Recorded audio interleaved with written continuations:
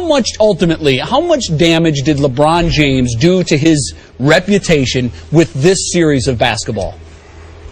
Look, obviously, for me, as you well know, all too well, it just confirmed everything I've been saying about him for 3 or 4 years on this show. And so much of it I've been criticized for because I've been unfair and over the top when I talk about LeBron James. And so, Jay, just let me say, for the record right now, I'm offended when people dismiss me as a hater. I don't like that term when it comes to LeBron. If you want to use it in the big picture, that's fine. And it's used towards you a lot, okay, when it comes to LeBron James and others, too. As God is my witness, I don't hate LeBron. But please don't kill the messenger, because all I ever do, and have tried to do from the start with LeBron James, is just watch closely and tell the truth about what I see. Same LeBron James who went into a trance and crumbled under pressure in Game 5 last year against Boston, even in the second half of Game 6. This was the equivalent to me of an NBA panic attack, going blind under the pressure. 0 for 1 in the fourth quarter with 2 killer turnovers? Are you kidding me?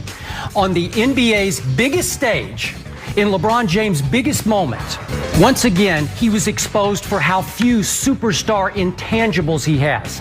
Most talented player in the NBA, but no killer instinct, no rising to the biggest occasions. I still say the reason he chose to go to Miami was so Dwayne Wade could win him a ring or 3 or 4. And again, maybe I'm a Twitter prisoner. Mm-hmm. Sometimes you are too. Yes, sir. Just gut feeling, Tebow has become the most polarizing athlete in the history of American sports. Now, I can't speak worldwide, but I'm just, from what I know here. What? Wildly debatable performances. 3.5 quarters of ineptitude, as you might say. Yes. And all he does is win in the fourth quarter. Mm-hmm. And it moves people. It polarizes, because we're even arguing about, can he play? We're to the point where I'm saying, in a vacuum, if I gave you these statistics and this one-loss record for a rookie starter in his first 16 NFL games, you'd say, this guy's good, man. What? Question. What? Should Tim Tebow make $27 million? Because he's big box office. He's big ratings, man. He was blowing the top out of the ratings last year. Hold on, wait a minute. Will I get fired if I walk off the set right now? No, you I said, hold on, wait a minute. You know why? Because you have no comeback. I said you have to. I'll let you off the hook Hold on, here. wait a minute. You got no comeback. Wait a minute. I said you have to be able to play and be box office. You can't be box office but can't play.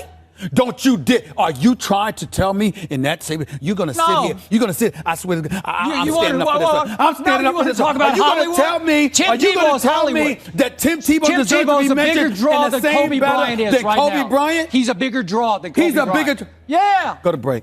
I got him. I almost want to walk off this set right now. I can't believe this man just said this out of his mouth. You're telling me that Marcellus Wiley in the house? We need to get Marcellus out of here. Where is he? He needs a blow. Tim Tebow? He's out. Tim Tebow is more box office than Kobe Bryant? Yes. Than Kobe Bryant? Yes. Is Tim Tebow more box office than LeBron? I think so. It's the National Football League. Go look at the numbers. Go look at the numbers he did in his games last year. It's through the roof. 9 National Football League teams that needed a quarterback last night passed on Johnny Manziel, starting with the Houston Texans, who will forever regret passing on Johnny Manziel. And in a minute, I will go right down the list of teams that will forever regret passing on Johnny Manziel, who pretty soon will change football life in Cleveland, Ohio. One day, I am predicting, Johnny Manziel will become even bigger in the city of Cleveland than his buddy and business partner LeBron James ever was in the city of Cleveland. Did the American people get it right? The 34%. The 34%. I mean, and what we're saying is, can he right now, at 52 years old, right here, right now, beat LeBron one-on-one? I mean, and beyond, come on. You know, Stephen A. Oh, Smith, gosh, don't do this. You know? He just might be able to. Don't do He this. just might be able to. Okay. Now, I'm going to explain why he might be able to in just a moment. But allow me to either qualify or disqualify myself, because you know Stephen A. Smith. So if right here, right now, Michael would stop smoking his cigars. Okay. change his diet up, if you gave him, I'm gonna say 2 months. Okay. 2 months Okay. into the offseason, okay? 2 months is all I would need. I would train him, actually. Uh-huh. And I will truly miss you sitting to my left and making me laugh every morning. Thank you, Molly. I would hug you, but I think you're tethered to the chair I'm there. attached to the chair. And I don't think Ernestine would love it if I hugged you. But I do want to thank the many people who responded via social media yesterday. Much love, even to the haters. But most of all, I want to thank this man sitting across from me for all he has done for me. And I'm going to shake his hand, and I'm going to tell him what I told him off the air last Friday. I love you, man. And that is from the bottom of my heart. In my view, you and I had the greatest times of my career sitting right here across from each other at this debate table.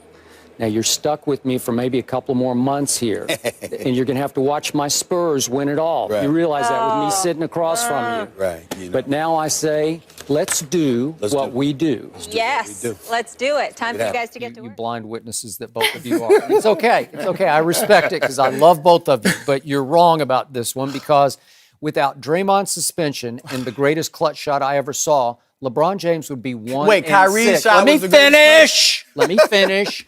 He would be 1-6 in NBA Finals without the greatest clutch shot by Ray Allen and the suspension of Draymond Green. 1-6.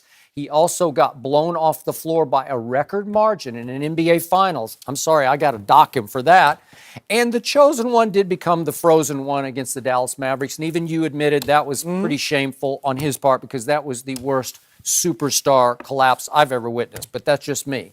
I believe this with all my heart and soul, that the guy who deserves to be number one on this list is the guy who is criminally underrated because he was the most boring superstar in the history of sports. Not just the NBA, it's Tim Duncan. Allow me to start with the West because it is the best. No. And my one caveat is if Corey Brewer is 100% healthy, and I don't know if he is or not because he badly sprained his knee against Memphis on the last night of the regular season 2 nights ago. But if he is right, Russell Westbrook is going to rise above and take over the entire Western Conference playoffs. I believe this is his year. I believe this is Russ's revenge on his former co-star Kevin Durant. And I believe that Russell Westbrook and company, and he finally has plenty of company to do this, will pull off Game 7 win over Utah. And again, this is by far the toughest first-round matchup is Utah versus Oklahoma City. And I still believe Utah right now could go win the Eastern Conference. They're the best team in the East if they were in the East. That's how good they are. Happy Friday, everybody, and welcome to Undisputed live from Los Angeles. I'm Jen Hale here with Elise Shannon Sharp. Yeah. Good morning, everybody, and we have a mystery guest. Skip's not here today. Where's Skip? I'm someone else. Skip's sick today. What? He said he couldn't come in after what happened last night, so he's not going to be in for today's show. Was it the flu, stomach ache, heartache? It's cowboy flu. It's going around in Cowboy Nation. Everybody's got it. Skip, I got something for you today. You like that, Skip, right there? I don't know what it is. This right here is Hennessy sent me a limited edition. They only made 70 bottles of Hennessy. This is bottle number 39. I was so certain that the Cowboys were going to lose, I went and bought a pair of red bottoms to match my display, to match my pants. That's how certain I was they were going to lose last night. Somebody gave you those. No, they didn't. Skip, Yep. how you doing today?